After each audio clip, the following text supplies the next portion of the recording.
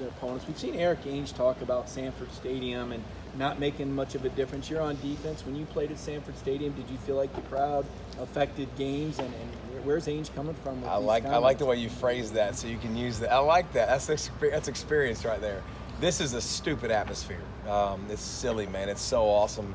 It was one of my favorite things about Athens. It's why I came to Georgia. I remember being a recruit, and I remember 2000 being Georgia-Tennessee, and us winning and ripping the goalposts down. And I think that's the day I figured out like I wanted to go to Georgia. So insane atmosphere, and in all these games, I think the hardest thing in college football to do is win on the road. I think it's one of the toughest things, especially in this league, and I think the crowd will have a big factor in the football game. What about the hurry up? Again, your experience against a team like that, I know the rules have changed, a little bit more conducive. What's the Georgia game plan to try and slow down a team like that? Well, I think your offense has a lot to do with that. If you can play good offense and score, you can put them in the bind too, and you can get their defense tired. If you're looking, it's kind of a tennis analogy to me. Like, can you hold serve a couple times? Can you get the offense off the field? They're going to get theirs. Like, if you think Georgia's defense is 10 points a game, you're going to come out here and shut down Tennessee, and you're a Georgia fan, you're going to watch the wrong game. Like, Tennessee's going to score points. They're that good. The spacing, the speed, it just creates matchups that are very difficult to stop. But I think in the end, offensively, can you put pressure on the Georgia offense? Who makes the mistakes? Who gets a couple stops will go a big way, and obviously determine. Actually, the first quarter will be the biggest tell. When you look at Tennessee, 103-30 this season in the first quarter. Like, that's the tell. Like, they are tough to rep in practice, tough to replicate.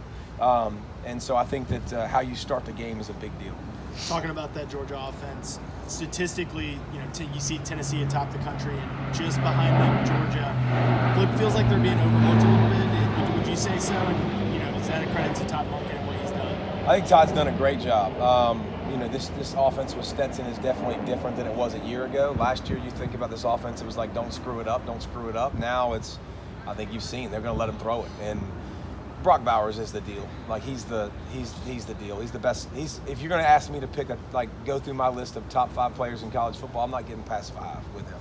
I mean, he's just what he does for this team sets the tone for everything that they do. And his ability to play on the perimeter and win against corners, and then you got corners that got to try to get in his way and try to get by him when he blocks somebody. Darnell Washington, like, that 1-2 punch really is the tone setters of this. Is the tone setting of this offense. I think Stetson's feet now, when in games like this, when you need it, becomes more of a factor. Like, he can pull it. We know that. He's a great athlete. So, does anybody outside of wide receiver make some plays? Because I think that when you look at this offense, that's been the weakness the last several weeks. Like, McConkey needs to make some plays. Aaron Smith is healthy, and he's a burner. You can tell. So can he make some plays? But I think the offense is in a good spot. But it would definitely will feel pressure when you go against an offense like this that can score. You know Georgia's defense. You've seen Tennessee's offense. If you were Kirby, if you were Glenn, if you were Will, how would you try and match up against that Tennessee offense? Well, I don't care about yards. I swallow my pride when it comes to yards. Just don't give up big plays. When you get in the red, you're going to have to punch me in the mouth. You're going to have to run the football.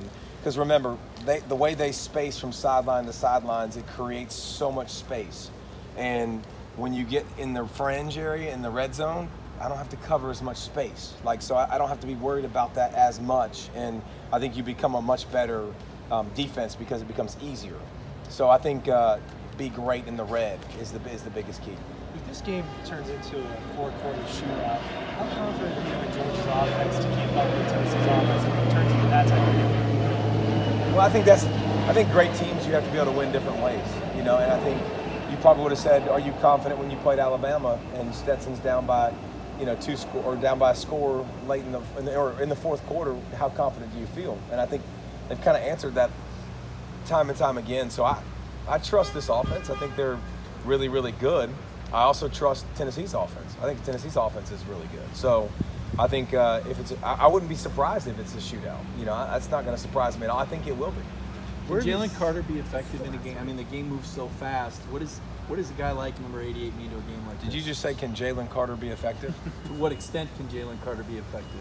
If you watch Jalen Carter, I want you to go find a better defensive tackle in college football. I want you to go find a more dominant defensive lineman, including Will Anderson.